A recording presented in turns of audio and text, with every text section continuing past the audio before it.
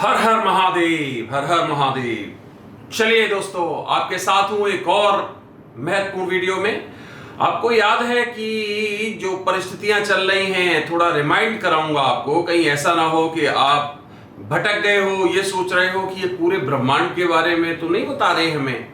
बिल्कुल कदापि नहीं, ऐसा कुछ नहीं है। पूरे ब्रह्मांड के बारे में जानना भी हमारे आपके बस की बात नहीं है। नेति नेति कहते हैं कि उसके बारे में जानना बहुत मुश्किल है। साइंटिफिकली भी ले लें तो 95 बिलियन लाइट ईयर्स इसका एक विस्तार है। उसके बारे में जान लेना एक सूक्ष्म बुद्धि से बहुत मुश्किल है। इसको तो योग से ही जाना जा सकता है, और वो योग भी एक अलग श्रेणी का होता है, तभी पहुंच पाओगे आप वहां तक। तो बिल्कुल वो कुछ नहीं बता रहा हूं मैं केवल आपको जो बताना चाहता हूं वो ये बताना चाहता हूं कि पृथ्वी के ऊपर क्या थ्रेट है। एक छोटी सी पृथ्वी, एक मान लीजिए एक जो हमारा जो सुई होता है उसकी नोक के बराबर इसका जो आकार। किसी दिन इसका भी हम विस्तार देंगे कि हम अपने आप को बहुत बुद्धिमान समझते हैं और कहते हैं कि नहीं, हमें सब कुछ पता है। तो इसके बारे में बताएंगे कि हम क्या हैं इस ब्रह्मांड में, हमारी औकात क्या है। वो किसी और दिन हम लेंगे पॉइंट। आज हम जो ले रहे हैं वो ये ले रहे हैं, जो बता रहे हैं आपको वो ये कि केवल हम वो बता रहे हैं कि जिन स्पीसीज से हमें थ्रेट है इस समय, हम उनके बारे में आपको बता रहे हैं, क्योंकि आगे हमें इसको बढ़ाना है। और ये एक बीच में हमें आपको जो 2, 3, 4 वीडियोस देने पड़े वो एंटिटी बताने के लिए देने पड़े कि हमें कितना घबराना चाहिए, कितना नहीं घबराना चाहिए, आखिर क्या परिस्थितियां हैं। क्योंकि कई क्रॉस क्वेश्चंस जो है वो आप सभी के मस्तिष्क में आ रहे थे। तो जो अच्युतानंद दास जी ने लिखा या जो और कई लोगों ने लिखा, और उसका क्या अंत हो सकता है, क्या कंक्लूजन हो सकता है, वो हम इसके आगे कंटिन्यू रखेंगे। इस वीडियो में मैं एक और आपको महत्वपूर्ण उसका वर्णन दिए दे रहा हूं कि आखिर हमने क्या देखा, क्या हमें जो एक परसेप्शन हुआ वो क्या था। तो वो मैं आपको बताना चाहता हूं कि आगे क्या है। तो रेवलेशन कंटिन्यूज। तो जो रहस्योद्घाटन है वो इस वीडियो में भी आपको मिलने वाला है कि जो हमने पिछले वीडियोस में आपको बताया। तो जो स्पेसीज या जो आप एलियंस जिनको कहते हो, जो किसी और ग्रह से हमारे पास पधारे हैं, या जो और किसी ग्रह पे निवास करते हैं, या जो एक डिफरेंट लोक में रहते हैं, या जो डिफरेंट आप डायमेंशन कहते हो उनमें रहते हैं। डायमेंशन और लोक में अंतर है, ध्यान रखना। ये मैं कभी किसी दिन आपको वर्णन करने वाला हूं। एक डायमेंशन में कई लोक हो सकते हैं। There can be many looks in one dimension. तो डायमेंशन जो है that is actually एक ब्रॉडर हम कहेंगे टर्म है, जिसमें आप ऐसे ही मान लीजिए कि एक डायमेंशन एक पर्टिकुलर कोऑर्डिनेट पे है, तो उस पे कई तरह के लोग स्थापित हो सकते हैं या होंगे। ये एक अलग तरह का विवेचन है। तो किसी दिन हम बताएंगे आपको कि लोक और डायमेंशन दोनों अलग अलग थ्योरीज हैं। मैं आपको डायमेंशन के बारे में बता रहा हूं कि ये अलग अलग डायमेंशंस है। इसका मतलब लोग कितने हैं, नोबडी नोज। जो डायमेंशंस हैं उनमें लोग जन कितने, हजारों, लाखों, करोड़ों, अरबों कितने होंगे, कुछ पता नहीं। तो जो मैं आपको बता रहा हूं वो बता रहा हूं कि जो हम 7th पे हैं, 6th के बारे में, या लोअर जो हमारे पास या हमारे ग्रह को एक तरह से भेदना चाहते हैं, या उसको कब्जे में करना चाहते हैं, या वहां पर अपना प्रभुत्व स्थापित करना चाहते हैं, मैं उनके बारे में बता रहा हूं। चलिए, तो ये आपका दिमाग से निकल गया होगा कि क्या पूरे ब्रह्मांड में फिर ऐसे ही लोग रहते हैं। नहीं, ऐसा कुछ नहीं है, बिल्कुल भी। अलग अलग तरह के डायमेंशंस हैं, अलग अलग तरह के लोग हैं, उनके अलग अलग तरह के तरीके होंगे। Nobody can verify, nobody can explain, even कर ही नहीं सकता। ये केवल और केवल मैं आपको एक छोटा बहुत सूक्ष्म विवेचन है जो दे रहे हैं आप। ये बहुत बड़ा विवेचन कुछ भी नहीं कि उनका क्या लाइफ स्टाइल है, उनकी क्या सोच है, वो क्यों और हमें क्यों डरना चाहिए या नहीं डरना चाहिए, कि पृथ्वी पर क्यों कब्जा करना चाहते हैं। ओनली फॉर दैट से। चलिए आगे चलते हैं। अब देखिए, हमने पिछले वीडियोस में जो आपको बताया था, अब वहां से हम कंटिन्यू करें। कुछ आपको हो सकता है कंफ्यूजन्स भी हुए हों, क्योंकि एक्सप्लेन जब हम करते हैं तो हमने बताया कि कुछ भी हमारे पास लिखा हुआ नहीं होता है, कोई प्रॉम्प्टर नहीं होता है, नथिंग लाइक दैट। हमने जो देखा है वही वर्णन कर देते हैं हम आपको। तो हो सकता है कि कहीं पर कोई दूसरा पॉइंट आ जाए और वो स्किप कर जाए, पूरा एक्सप्लेन ना हो पाए। तो हम आगे कोशिश करते रहेंगे कि कोई ऐसे इश्यूज अगर आते हैं तो हम उन्हें एक्सप्लेन भी करते रहेंगे। तो फ्रेंड्स, आगे बढ़ने से पहले चैनल सब्सक्राइब नहीं किया तो चैनल सब्सक्राइब कर लीजिए, क्योंकि ये अपने तरह का एक अलग तरह का चैनल है। इसमें हम आपको धर्म, कर्म, और जो ऐसे हैं जहां भेदन चाहिए, वहां हम जरूर आपको करके बताने का प्रयास करेंगे। और जितनी भी सीमित हमारे पास ज्ञान की एक हम कहेंगे एक ईश्वर ने हमें धरोहर दी है, जो भी सीमित, उसके अनुसार हम आपको बताने का प्रयास करेंगे। और आपको भी अगर ऐसा कुछ बहुत महत्वपूर्ण ज्ञान है तो जरूर आप भी शेयर करिए दुनिया को, क्योंकि ज्ञान शेयर करने के लिए होता है, अपने पास उसको छिपाने के लिए नहीं होता है। तो आगे बढ़ने से पहले चैनल सब्सक्राइब करिए, ग्रुप्स में शेयर करिए, कंटेंट्स अच्छे लगते हैं तो लाइक करिए।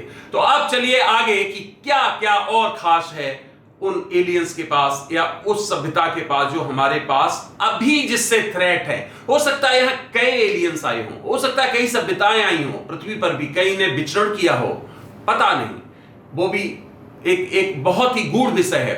लेकिन अभी किसकी थ्रेट आ रही है उसके बारे में मैं आपको बता रहा हूं, जो हमसे डायमेंशन में नीचे के डायमेंशन के हैं और लेकिन हमसे विकसित हैं। चलिए, तो इसमें जो महत्वपूर्ण है वो ये है पॉइंट कि no vegetables for general uses. जैसे हम लोग यहां पर साग सब्जी और ये सब कुछ करते हैं, ऐसा कुछ भी नहीं वहां पर है उनके डायमेंशन में। वो लोग, उनका भोजन वगैरह सब कुछ डिफरेंट है। ज्यादातर वो रॉ, जिसको कहते हो कुछ भी मिला उसको खा लिया, जो नॉन वेज है उसका वो यूज करते हैं।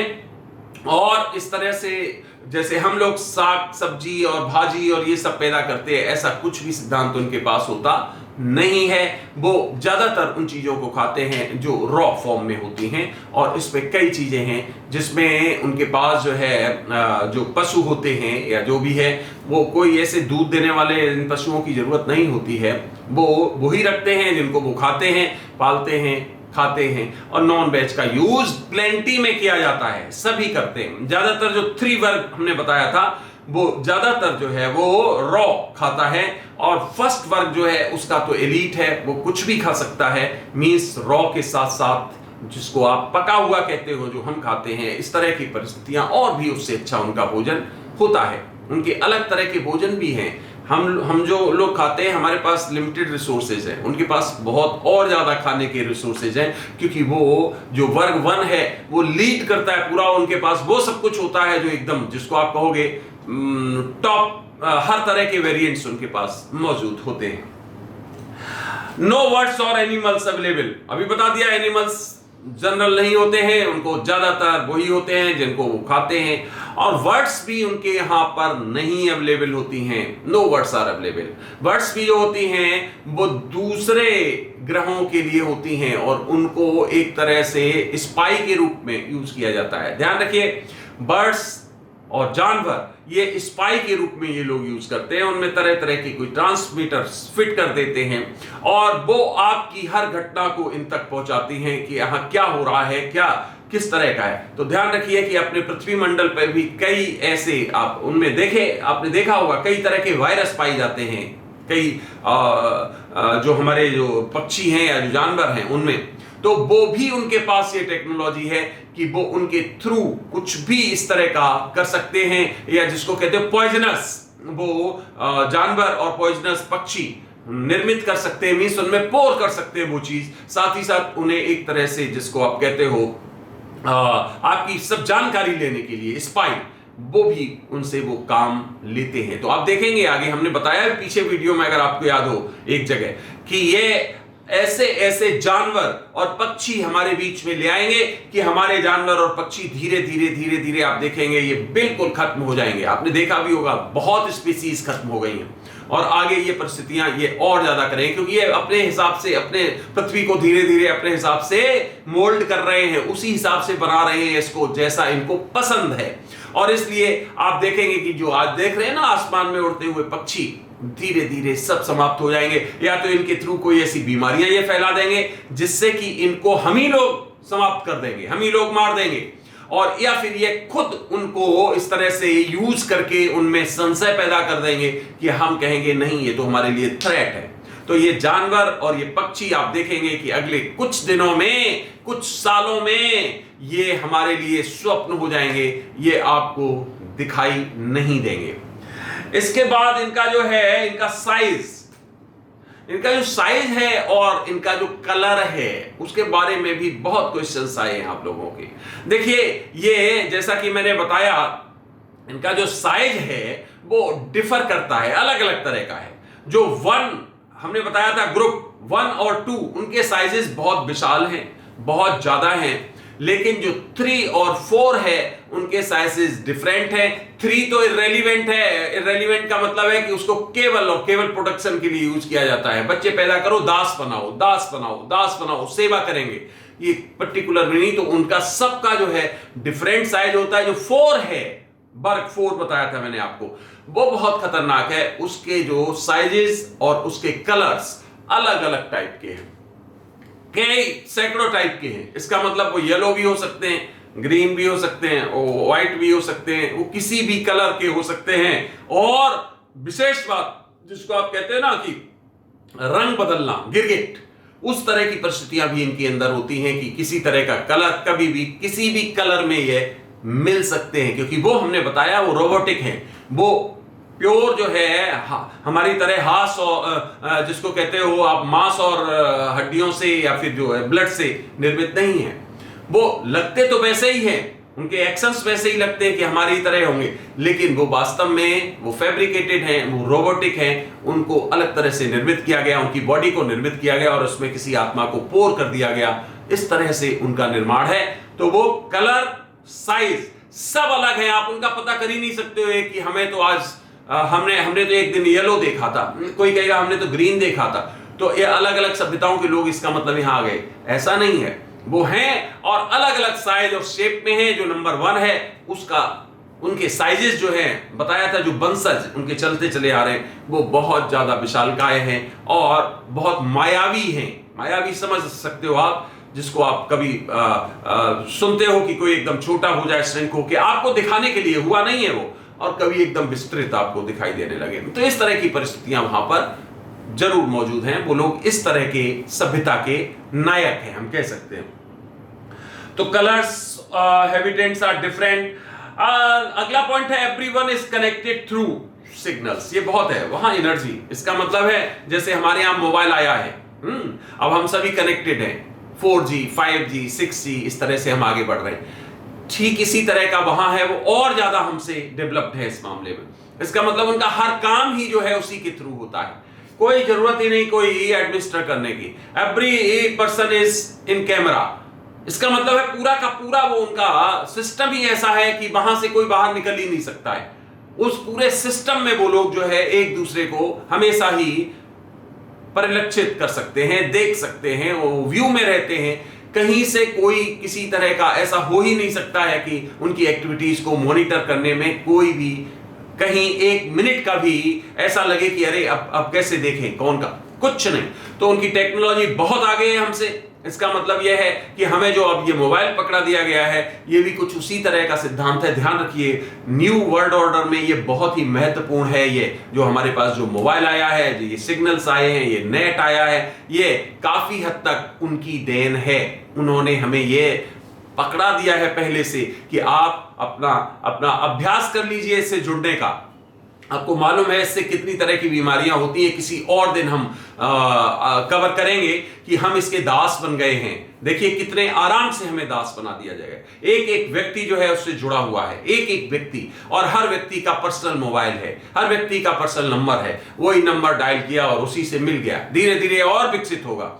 जहां पर आप हैं पूरा लोकेशन एग्जैक्ट मिलेगा। क्या काम करना है आपने, वो आपको वहीं से डायरेक्शन मिलेंगे। आप कहां लेटे हो, कहां बैठे हो, क्या कर रहे हो, एवरीथिंग विल बी मॉनिटर्ड। तो ये भी एक नए युग की एक सूत्रपात है, एक शुरुआत है। ध्यान रखिए टेक्नोलॉजी उनके पास हमसे बहुत एडवांस्ड है, इससे भी ज्यादा। उसी के थ्रू मेडिकेशन किया जाता है, उसी means everything is done through that. तो उनके पास बहुत ही एडवांस टेक्नोलॉजी है इस बाबत। अगला पॉइंट इसमें है कि कुछ लोगों ने पूछा है कि स्पेशल टाइप ऑफ चिप्स और सिम्स। इसका मतलब है उनके पास उनके हर जितने भी उनके मॉडल हैं, केवल 1 को छोड़ के जितने भी मॉडल हैं उनको सबको विशेष तरह के चिप और विशेष तरह के सिम प्रोवाइडेड होते हैं, चिप फिट कर दिए जाते हैं। एक चिप मस्तिष्क में, ये पृथ्वी पर भी बहुत जल्दी होगा, ध्यान रखना। सबको चिप लगाने का प्रयास किया जाएगा और वो चिप ऐसी होगी कि जिसके थ्रू आप सबसे जुड़े रहेंगे। मींस जहां से स्रोत जो है, जो सोर्स है, जो मॉनिटर कर रहा है, वो जो चाहे उस तरह से आपकी हर एक्टिविटी को चेक कर सकेगा।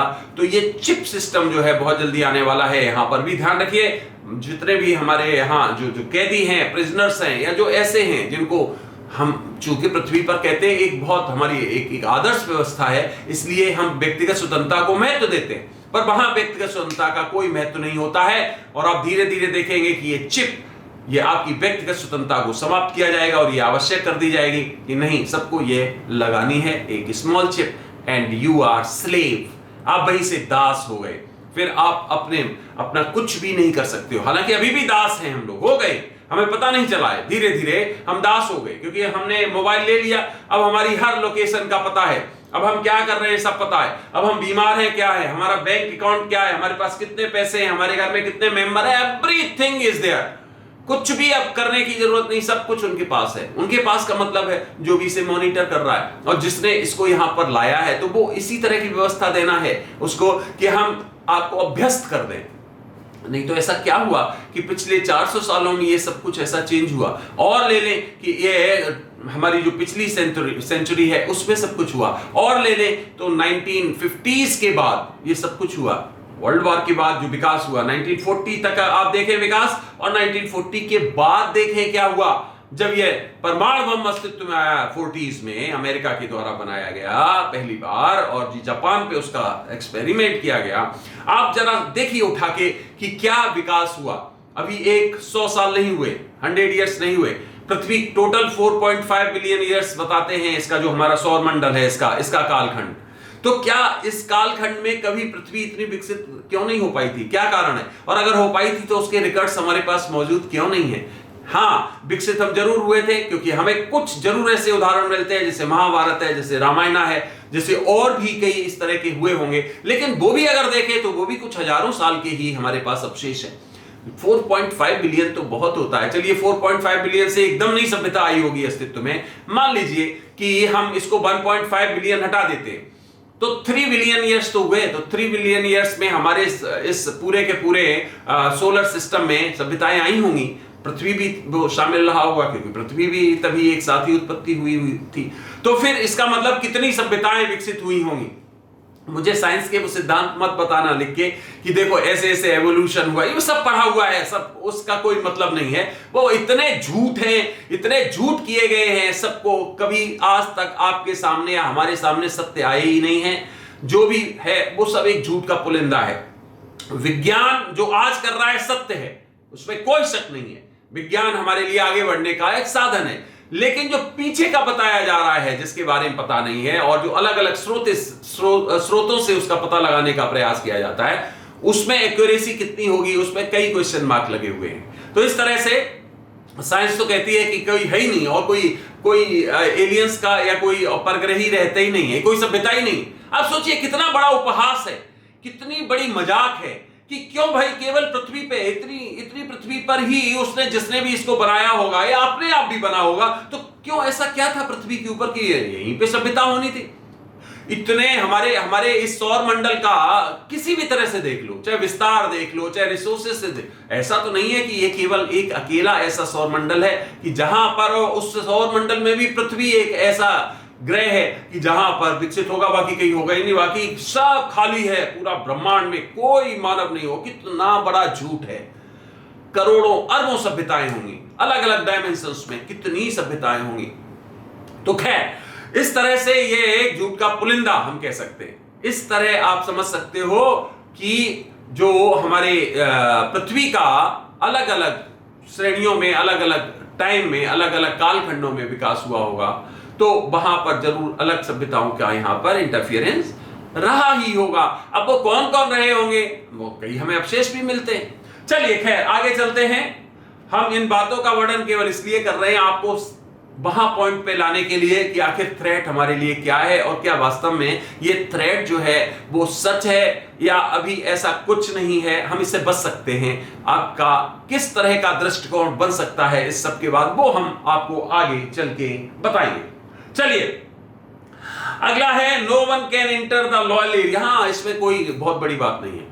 जो भी वो लॉयल एरिया इनका एक अलग, इसका मतलब जो इनके मालिक लोग हैं जिस डायमेंशन में रहते हैं वो वहां से बाहर तो उनको आने की तभी जरूरत पड़ती है जब बहुत बड़ा उनको कोई अभियान करना होता है। अब जैसे पृथ्वी पर आक्रमण करना है, पृथ्वी को कब्जे में लेना है, तो यस वो आएंगे, वो प्रकट होंगे, वो देखेंगे। जैसे हमारे ईश्वर प्रकट होते हैं वैसे वो भी ऐसे ही समय पे जाते हैं। तो इसका मतलब जब ऐसी परिस्थिति होती तो महायुद्ध की परिस्थितियां आएंगी, क्योंकि जिसने हमें बसाया है, जिसे हम ईश्वर मानते हैं, एक तरफ तो वो लोग हैं और दूसरी तरफ ये जो सभ्यता विकसित हो रही इनको भी उन्होंने ही पैदा किया है, लेकिन इनका उद्देश्य अलग तरह का, जो मैं बता रहा हूं किस तरह का है। रहने का अलग उद्देश्य है, मॉरल अलग है, हर तरह का उद्देश्य है, और इनका विस्तार निरंतर करने का है कि पूरे लोक में, पूरे ब्रह्मांड में हमें धीरे धीरे विस्तार करना है। तो इसका मतलब है कि वहां कोई इंटर नहीं कर सकता है, सामान्य सी बात है। और उनके लिए जो है जो सिस्टम्स हैं वो अलग तरह के हैं, बिल्कुल अपग्रेडेड हैं। साथ ही साथ उनके लिए जो भी करता है, उनकी सेवा जो कर सकता है, वो केवल और केवल 2 क्लास 2 जो बताया था मैंने, वर्ग 2 याद होगा आपको, वो करता है। कुछ अधीन काम जो होते हैं वो 3 करता है, 3 सब काम करता है। लेकिन विशेष जोन ये होता है जिसमें सामान्यतः एंट्री प्रतिबंधित रहती है। अगला point, any confrontation fight between, yes, इनमें कभी भी जो ये लोग रहते हैं, हमने बताया 24 आवर्स मॉनिटरिंग में रहते हैं, फिर भी अगर किसी तरह से कोई कन्फ्रंटेशन या उनके बताए हुए सिद्धांतों के अनुसार उनको वायलेट करता है तो उसको तुरंत डिपोर्ट कर दिया जाता है द सेम डे। वहां पे कोई न्यायालय, कोई कुछ नहीं है, वहां केवल क्लास 1 और क्लास 2 जो मैंने आपको बताए ऊपर वाले वर्ग, वो ही न्याय करते हैं। जो बोल दिया दैट इज फाइनल। और किसी तरह का कन्फ्रंटेशन अगर 3 में होता है या 4 तो वो एक रोबोटिक है सिस्टम, तो 3 में ही होगा जनरली। वही आत्माएं हैं जिनको कहीं और से लाया गया है, उन्हीं को कई बार जो है आपस में परिस्थितियां बिगड़ सकती है और किसी तो बिगड़ नहीं सकती, तो उनको तुरंत रिपोर्ट किया जाता है। इसका मतलब और उन सभ्यताओं में और उन चीजों में जो और ज्यादा डाउनग्रेडेड हैं, वहां डिपोर्ट कर दिया जाता है, उन्हें दंडित किया जाता है हर तरह से, उनको सुधारने के लिए। एक तरह जिसको आप कहते हैं नरक लोक, तो वो उसी तरह के लोकों में उनको डिपोर्ट कर दिया जाता है उन्हें सुधारने के लिए। और फिर उसके बाद में जब फिर वो इस रूप में होते हैं तो उनको फिर अपग्रेड करने की व्यवस्थाएं होती हैं। अगला पॉइंट, नेक्स्ट है any criticism, slogan, work against. वो तो खैर संभव ही नहीं है कि ग्रुप बन के अगेंस्ट किसी भी तरह का कोई भी क्रिटिसिज्म मन में भी अगर आता है, क्योंकि हर व्यक्ति के पास शिप है, हर व्यक्ति जो है वो कुछ और सोच ही नहीं सकता है, तो उसको तुरंत जो है पतित कर दिया जाता है, उसको वहां से डिपोर्ट कर दिया जाता है। और जो अब बताया था मैंने कि क्लास 3 को सब कुछ मिला हुआ है, सब कुछ का मतलब सब मिला है, जो मर्जी, बस बच्चे पैदा करो, अपनी संतान उत्पत्ति करो, बढ़ाओ, ये उनको केवल कहा गया है। और आपका है कुछ नहीं, ये सब कुछ बताया हुआ है। तो क्या है कि उस केस में उनको वहां से नीचे डाल दिया जाता है जहां सब कुछ नहीं आपको मिलेगा। अब आपको बस केवल और केवल प्रताड़ित किया जाएगा, दंडित किया जाएगा, आपसे काम लिया जाएगा, तरह तरह के गंदे काम कराए जाएंगे। तो वो यहां पर सिस्टम ऐसा है कि आप किसी भी तरह से उसके अधीन नहीं, उसके विरुद्ध नहीं जा सकते हो, जो आपका नंबर 1 है। Next point, no provision of death penalty. किसी को मृत्यु नहीं दी जाती है, किसी को मृत्यु, क्योंकि मृत्यु देके तो उसकी आत्मा कैसी हो जाएगी, उसकी आत्मा फिर मुक्त हो जाएगी। नहीं, उसको मृत्यु नहीं देनी, उसको आप ये कर सकते हो, अल्टर कर सकते हो, चेंज कर सकते हो, बट किसी को भी मृत्यु सजा नहीं दी जाती है। क्योंकि क्या है, बहुत जरूरत है किसकी, मैन पावर की बहुत जरूरत है इस वर्ग को। नेक्स्ट पॉइंट है कि ये लोग ज्यादातर, बहुत इंपॉर्टेंट है, ओपन में नहीं रहते। जैसे हम लोग रह रहे हैं ना, पृथ्वी की सतह पे रह रहे हैं, नहीं रहते हैं। ये हमेशा अंडर फ्लोर रहते हैं, नीचे रहते हैं, सतह के नीचे, किसी भी ग्रह मंडल पे ये नीचे रहते हैं। ध्यान रखिए, इस समय भी ये सतह से नीचे ही रह रहे हैं पृथ्वी पर, ये ऊपर नहीं रहते हैं। ये लोग ही अपना बनाते हैं, कहां, अंधकार में। इसका मतलब जहां नीच है जहां नीचे का है वहां अंधकार है, प्रकाश कर लेते हैं, ये एक अलग बात है, लेकिन रहते ये हमेशा अंडर द बेल्ट हैं। क्यों रहते हैं अंडर द फ्लोर हैं? क्यों? क्योंकि ये भी किसी को प्रकट नहीं होना। ये सब कुछ कैसे हैं? ये सब मायावी हैं एक तरह से। तो ये प्रकट नहीं होना चाहते, ये किसी के सामने दिखना नहीं चाहते। ये तब दिखना चाहते हैं जब इनका पूरा का पूरा उस पर साम्राज्य हो जाए, अधिकार हो जाए। और अधिकार भी हो जाता है तो फिर तो भी ये छुपे छुपे ही काम करते हैं, ये कभी प्रकट नहीं होते हैं। तो जो अभी कली महाराज का आ रहा है ना कि हमारे ईश्वर जो है वो भी प्रकट रूप में नहीं आएंगे, आएंगे तब आएंगे जब वो भी सब तैयारी कर लेंगे। तो बिल्कुल सत्य है, क्योंकि इस सभ्यता से लड़ने के लिए आपको भी इसी तरह से गुप्त होना पड़ेगा। इन्होंने गुप्त रूप में ही अपना सब कुछ विस्तार किया है, और ये तब आक्रमण करते हैं जब ये पूरी तरह से तैयार हो जाते हैं, ये सबको ग्रिप में कर लेते हैं, जब पूरी परिस्थितियों को। उस समय तो अब ये आने लगे अस्तित्व में, आप देखने लगे, हर जगह प्रकट हो रहे हैं। कभी अमेरिका में दिख रहे हैं, कभी कनाडा में दिख रहे हैं, कभी जापान में दिख रहे हैं, कभी ऑस्ट्रेलिया में दिख रहे हैं। तो अब इन्होंने पूरी तरह से यहां पर एक अपना वर्चस्व सा बना लिया है। तो इसलिए ये जब भी प्रकट होंगे तो उसी रूप में प्रकट होने वाले हैं जिसमें इन्हें पूरा का पूरा यहां पर एक तरह तबाही मचा के और अपना पूरा अधिकार करने का है। तो इसलिए और ज्यादा महत्वपूर्ण है कि ज्यादातर ऊपर नहीं रहते हैं, इनका जो निवास होता है वो ज्यादातर डाउन द सरफेस होता है। ऐसे ही ये मंगल पे भी रह रहे हैं। हमने बताया था पिछले वीडियो में, अगर याद हो, एक वीडियो था कि मंगल पे भी जो है, मंगल के बारे में मैं आगे जरूर एक महत्वपूर्ण और वीडियो दूंगा आपको, इसी चैनल पे दूंगा कि मंगल में हम कभी रहते थे और वहां से हमें भागना पड़ा इन्हीं के कारण। वहां पे विस्फोट हुए, बहुत जबरदस्त विस्फोट हुए, जल वहां का एक तरह से वेपर में बदल गया। वहां पे हमारी सभ्यता थी और वहां से हम यहां आए। आज भी ये वहां पे डाउन द सरफेस निवास करते हैं। तो मंगल पे आप ये मत समझिए कि हमारी सभ्यता बहुत आसानी से वहां बसने वाली है। वहां पर फिर एक बार विस्फोट करने पड़ेंगे, वहां जहां पर ये रह रहे हैं उसको समाप्त करना पड़ेगा, उस पूरे के पूरे इनके नेटवर्क को। उसके बाद आप अपनी सभ्यता दोबारा बसा सकते हो, नहीं तो वहां पे बसना आसान नहीं है। निश्चित तौर पे फिजिकली ये वहां पर प्रेजेंट हैं, ये आपको विज्ञान से भी पता चलेगा और वैसे भी आप आगे भविष्य में जान पाएंगे। तो मंगल हमारा पहले का रहने का स्थान था, लेकिन इन्हीं कारणों से जो अब यहां पृथ्वी पर कारण होने वाले हैं, वही कारण वहां भी कभी हुए थे। इसका मतलब है कि वहां फिर हमारे जो अब यहां पे कल के महाराज आ रहे हैं, वहां और ईश्वर ने इनको समाप्त किया होगा, और जो आप देख रहे हो वहां परिस्थिति बिल्कुल वो बनाना पड़ा, उसको बिल्कुल निर्जन बनाना पड़ा, वही कारण था कि ऐसा करना पड़ा। अब ये चूंकि डाउन द सरफेस रहते हैं तो इन्होंने वहां पर अपना फिर निवास बना लिया। हो सकता है कल को मंगल पे दोबारा से ऐसा आक्रमण हो कि आप देखें कि वहां की जो है अचानक पूरी की पूरी जो व्यवस्था है दोबारा से समाप्त हो जाए। तो फ्रेंड्स, ये है कि ये ज्यादातर आप समझ गए होंगे डाउन द सरफेस निवास करते हैं और वहीं पर इनका पूरा का पूरा रहने का सिस्टम होता है, जिसको हमारे शास्त्रों में पाताल लोक कहा गया है ना, पाताल लोक कहा गया है। तो अब ये पाताल लोक का मतलब एक अगर वाइडर सेंस में ले, इसका मतलब ये हो गया कि एक ऐसे जो कि नीचे स्थान है।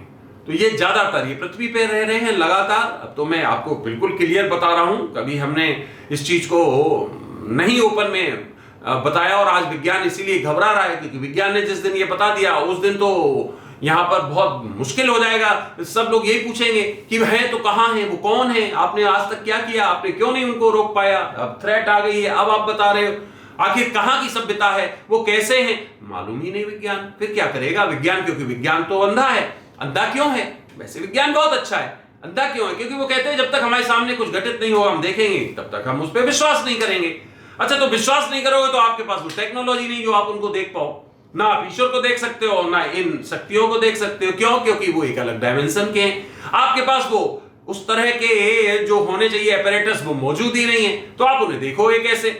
नहीं तो इतने बार आपने देखा कि दिखाई दिए वो, तो इन्होंने क्यों नहीं उनको क्यों नहीं पकड़ पाया, क्यों नहीं एप्रीहेंड किया? इसका मतलब है कि वो मायावी हैं और उनको हम इस तरह नहीं देख सकते। अब इन चीजों का जवाब नहीं तो बेइज्जती होती है कि अरे कोई भी ऐसा परग्रही आके और हमारे यहां पर इस तरह से घूम रहा है और हमें पता ही नहीं है। लेकिन हम तो भाई मानव, हम तो भाई सबसे महान है, अरे हम तो टेक्नोलॉजिकली बहुत एडवांस्ड है। पर ऐसा नहीं है, बोने हैं हम। तो इसका मतलब अब आप समझ गए कि ये हमारे साथ रह रहे हैं, निरंतर रह रहे हैं, और उन्होंने पृथ्वी के हर खंड को लगभग एक तरह से कवर कर लिया है, और वो धीरे धीरे यहां पूरा एक अपना नियंत्रण फैला रहे हैं। तो फ्रेंड्स, यहां हमने आपको कुछ महत्वपूर्ण पॉइंट्स बताए। कुछ एक और महत्वपूर्ण पॉइंट था कि इनका जब शिक्षा नहीं है, क्योंकि मैंने पिछले वीडियो में बताया था शिक्षा नहीं है, तो भाई एक बात बताओ, फिर इनका ये तकनीकी रूप से इतने ज्यादा ये सक्षम क्यों हैं, इतने एडवांस्ड क्यों हैं? यस, देखिए ये हमने कहीं नहीं कहा कि शिक्षा नहीं है।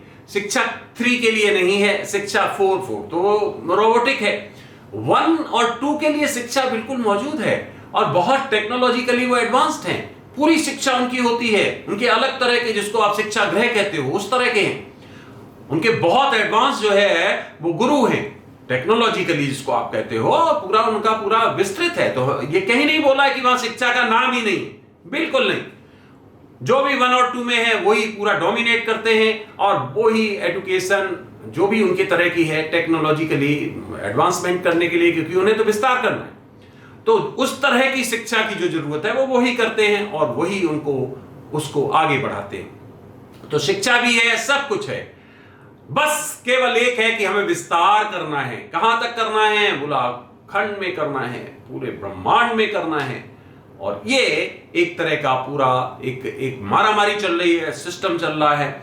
इधर भी यही है कि विस्तार करना है, पूरे ब्रह्मांड को बसाना है, क्योंकि ये इतना विशाल है, यहाँ इतना स्पेस है, यहाँ इतनी जगह है कि यहाँ पूरी सभ्यताएं कभी बच सकती हैं, कभी नहीं। तब तक तो ये ब्रह्मांड ही समाप्त हो जाएगा, दोबारा से ये रिफॉर्म होगा।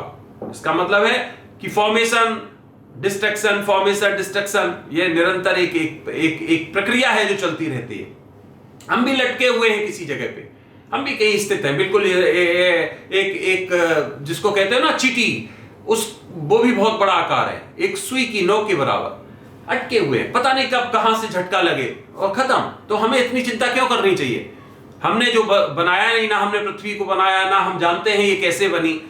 हम केवल यहां पर किसी के द्वारा भेजे गए हैं, तो हम काम करने के लिए भेजे गए। किस लिए भेजे गए? हमें यहां बुद्धि दी है, तो हम उसी के लिए यहां आए, हमें वही करना चाहिए। हम बहुत ज्यादा अगर सोचने लगे कि अरे पृथ्वी समाप्त हो जाएगी तो कैसे काम चलेगा, अरे इसमें कोई और आ जाएगा तो कैसे काम चलेगा, ये सब उसकी माया है, क्योंकि हम खुद नहीं जानते, ये सब उसकी लीला है। तो एक छोटे से स्थान पे ये अटकी हुई है पृथ्वी, जिसके चारों तरफ इतने ग्रह मंडल हैं, एक सौर मंडल में है, उसके बाद कई गैलेक्सीज हैं, गैलेक्सीज के बाद बड़ी बड़ी गैलेक्सीज हैं। हमारी गैलेक्सी तो बस कितना है, बोला कितना 1 लाख इसका जो है रेडी 1 लाख केवल, जिसको व्यास कहते हो। अगर आर पार पूरा देखोगे तो 1 लाख बोला प्रकाश वर्ष की, लगभग 1 लाख प्रकाश वर्ष। कितने बोला यहाँ ग्रह हैं? बोला होंगे 100 अरब से लेके और 100 बिलियन से और 400 बिलियन या 1 बिलियन टू 4 बिलियन। अच्छा, 1 बिलियन टू 4 बिलियन होंगे, पता नहीं, ये भी कभी पता नहीं चलता है, कभी कुछ कह देते, कभी कुछ कह देते। आपने देखा होगा डिफरेंट टाइप के आपको मिल जाएंगे। अब ये भाई एक बात बताओ, 100 टू 400 या 1 टू 4 अगर हम किसी भी यूनिट को ले लें, तो क्या इसमें अंतर नहीं है? हम कहें एक आदमी है और 4 आदमी हो, 1 और 4 आदमी हो सकते हैं। What does it make a sense? ये सेंस किसी तरह का कोई टर्म बनाता है क्या? तो इसका मतलब यह है कि हम अभी भी एक तरह से झूठ में फंसे हुए हैं, हमें पता नहीं है, लेकिन हम फड़फड़ा रहे हैं कि आखिर है तो है क्या। फिर उसके बाद हमारी एक और ले लो गैलेक्सी, वो इससे एकदम हमारे पास, हमारी पड़ोसी है एंड्रोमेडा, अगर लो, नाम दे दिए आपने, ये सब जैसे भी है फैब्रिकेटेड। ये सब मैं एक और वीडियो देने वाला हूं कि हम प्योर झूठ पे जी रहे हैं। हम कहते ये हैं सत्य सत्य सत्य, हम जिसको भी कहते हैं अरे सत्य बोलो, तुम झूठ बोल रहे हो, अरे इस पे हम भरोसा नहीं कर, पर वास्तव में सब कुछ झूठ है। यहाँ सब कुछ झूठ है, एवरीथिंग इज लाई, सब कुछ झूठ है, लेकिन झूठ होते हुए भी सत्य है। यही तो माया है, यही विशेष बात। इसको हम वीडियो में आगे कवर करेंगे आपको, और आपको सिद्ध करेंगे कि यस, जहां से उत्पत्ति है और जहां से विनाश है, वहां तक देखो जरा क्या है, ये कितना सच है और कितना झूठ है, सिद्ध करेंगे। और आप भी कहेंगे यस एब्सोल्युटली, यही बात है, इन्हीं लाइंस पे। तो ये यहां हम यही आपको इस चैनल पे यही करना चाहते हैं कि जो लोगों को टाइम नहीं होता है, सत्यता का जानने का टाइम नहीं होता है, पता नहीं किस किस में व्यस्त हैं, क्या कर रहे हैं मालूम नहीं। सुबह उनको पूछो भाई साहब क्या बात है, ठीक हो, कहां जा रहे, अरे बहुत व्यस्त हूं मैं बता नहीं सकता हूं, आई एम ओवर बिजी। कहां जा रहे हो, अरे अभी ऑफिस जाना है, फिर ये करना है, फिर शाम को लौट के आएंगे भाई साहब, अब टाइम है, नहीं नहीं नहीं है, अब तो मैं बहुत थक गया हूं और अब मुझे ये करना है। इट मीन्स व्हाट, कि कहीं टाइम ही नहीं है इन चीजों का सोचने का, वास्तविकता जो है जिंदगी की वो सोचने का टाइम ही नहीं। और धीरे धीरे इसी में लगे लगे लगे लगे 60-70 ईयर्स हो गए और एक दिन क्या हो गया, राम नाम सत्य है, सत्य बोलो मुक्ति है, फिनिश। कुछ जान ही नहीं पाया कि जीवन है क्या, ब्रह्मांड क्या है, ईश्वर क्या है, या ईश्वर के रूप में जो भी शक्ति है वो क्या है, ये कैसे, ये सब कुछ कैसे चलता है, कुछ भी जानने का प्रयास ही नहीं किया और खत्म हो गए। क्या यही जीवन है? हाँ, कई लोगों के लिए यही जीवन है। जैसे कि अभी बता रहा हूं, सभ्यता वर्ग 3, उसके लिए यही जीवन है, क्योंकि उनको उसी तरह से जीना है, उससे आगे नहीं बढ़ना है। खैर, तो ये हुआ हमारा कि हम धीरे धीरे उन पर प्रकाश डालने का प्रयास करेंगे जो वास्तव में जो तत्व है, जो मूल है, कहां से कैसे हुआ होगा। हो सकता है हम बिल्कुल गलत हों, आगे चल के कोई भी ऐसे पॉइंट्स करें, कोई बात नहीं, हम उस पर चर्चा करने का समय तो देंगे, तब तो वो मुझे या आपको ऐसी सद्बुद्धि देगा कि उसका ज्ञान देगा। हम जिसके बारे में सोचेंगे ही नहीं, उसका ज्ञान आएगा कहां से हमारे पास। हम ब्लंट हो जाएं, बिल्कुल कुंद हो जाएं, अपने आप को कर लें और हम सोचे नहीं, तो फिर वो भी कहेगा कि हाँ ठीक है, कुंद है, ऐसे जरूरत नहीं। तो ज्ञान भी उसी को मिलता है जो उसका पिपासु हो, जो उसके पीछे दौड़ता है। तो इसलिए मेरा कहने का मतलब केवल इतना है कि जीवन में जो भी हमारे जो सामान्य परिस्थितियां हैं, उनसे हटके असामान्य जो परिस्थितियां, असामान्य चीजें, उनके बारे में सोचने का जो टाइम है वो दुनिया में कितने % लोगों का होगा आपको समझ सकते हो। वर्कआउट करो, किसी से इस तरह की बात करना शुरू कर दो तो वो एक ही बात कहता है कि यह दिमागी रूप से पागल हो गया है, इसको साइकियाट्रिस्ट के पास ले जाओ, मनोवैज्ञानिक के पास ले जाओ, दिमागी डॉक्टर के पास ले जाओ। पर वास्तव में यही वास्तविकता है, जो वो कह रहा है या जो वो कर रहा है, पागलपन वो है, पर यही दुनिया है। हर व्यक्ति को पागल कहता है कि तुम पागल हो गया, वो कहता है उससे पागल हो गया, वो कहता है उससे पागल हो गया, और सब में दम भरा हुआ है। 4.5 से 5.5 लीटर ब्लड है और आदमी कहता है मैं ये कर दूंगा, मैं वो कर दूंगा, अरे तू मूर्ख है, अरे तू कुछ नहीं जानता है, अरे मैं सब कुछ जानता हूं। तो कितना ज्ञान है, ये झूठ है ना, ये छदम है ना, जो सुबह से शाम तक हम करते हैं। वैसे हमारी औकात क्या है? एक मच्छर से भी कम। इस पूरे, अगर उसको किसी दिन कैलकुलेट करके बताएंगे आपको क्या औकात है। तो इस तरह से फ्रेंड्स, हम यहां वही कुछ चर्चाएं करेंगे जो असामान्य होंगी और जिसके बारे में आप लोग जो है खुद भी विचार कर सकते हैं, ज्ञान ले सकते हैं, शास्त्रों से, धर्म शास्त्रों से, और भी जो भी आपके स्रोत हैं। ध्यान जिसको कहते हो, मेडिटेशन, वहां से बहुत कुछ लिया जा सकता है। ईश्वर की कृपा, वहां से बहुत कुछ लिया जा सकता है। तो ये काफी तरह के हमारे पास माध्यम मौजूद हैं, लेकिन मिलते उसी को हैं जो परस्यू करता है, जो अनुसरण करता है, जो ज्ञान की तलाश में भटकता है और जो चाहता है कि हम कुछ सीखें। जो नहीं चाहता है उसके लिए कुछ नहीं है। एक पौआ सुबह लगा लो, एक शाम को लगा लो, सो जाओ, दूसरे दिन उठो, फिर लगा लो, बस उसका जीवन सबसे अच्छा है। जो उसका मन का खाना है वो उसे मिल जाए और उसको जो चाहिए पीने को वो मिल जाए, उसका वही स्वर्ग है। एनीवे, इस वीडियो में मैंने आपको ये बहुत महत्वपूर्ण दिया पॉइंट। हो सकता है इसमें कुछ पॉइंट्स आपको और किसी तरह से समझ में आ रहे हों, उनको आप चाहें तो ईमेल भेज सकते हैं हमारे पास। आगे हम वीडियोस में कवर करते रहेंगे। अब हम आगे और भी महत्वपूर्ण पॉइंट्स लेंगे कि अब पृथ्वी को समाप्त होने की अगर परिस्थितियां आती हैं तो क्या पूरी समाप्त हो जाएगी, या वास्तव में ये एक केवल ट्रांसफॉर्मेशन होगा, या फिर क्या होगा कि जो वास्तव में जो बुरी आत्माएं हैं वो जाएंगी, अच्छी आत्माएं रहेंगी, या अच्छी आत्माएं जाएंगी, बुरी रहेंगी। आगे होने वाला क्या है, क्योंकि डोमिनेंस जिसका होगा उसी तरह की आत्माएं रहेंगी। न्यू वर्ल्ड ऑर्डर अगर इस वाली उसके लिए हो रहा है तो सब जितनी भी बुरी आत्माएं वो यहाँ पर वो सरवाइव करेंगी, और अगर अच्छे के लिए हो रहा है तो जितनी बुरी आत्माएं तो वो सब जाएंगी, तो वो सब जाएंगी। तो वही सिद्ध हो रहा है कि कितने की केवल 64 करोड़ बचेंगे, बाकी सब जाएंगे। इसका मतलब प्रधानता किसकी है, तो बुरी आत्माओं की। तो चलिए इन पे आगे चल के हम विचार करेंगे। वीडियो हमारे लंबे होते हैं और आप लोग जो है बिल्कुल ये मत सोचिए कि ये वीडियोस जो है वो और ज्यादा छोटे हो जाएं, क्योंकि जो चीज हमें कहनी है वो कहनी है, और कोई कोई सेंटेंस ही आपकी लाइफ को भी बदल सकता है। कोई एक सेंटेंस लाइफ को बदल देता है। इसलिए कोई बात नहीं, अपने डाटा को यूज करिए और एक ज्ञान जो कहते हो उसके पीछे, ज्ञान के पीछे जाने का प्रयास करिए। आपने ये वीडियो देखा उसके लिए बहुत बहुत धन्यवाद। अगला वीडियो में आपको फिर जल्द महत्वपूर्ण इशू पर देने वाला हूं। तब तक आप सभी को मेरी तरफ से ओम नमः शिवाय, नमस्कार।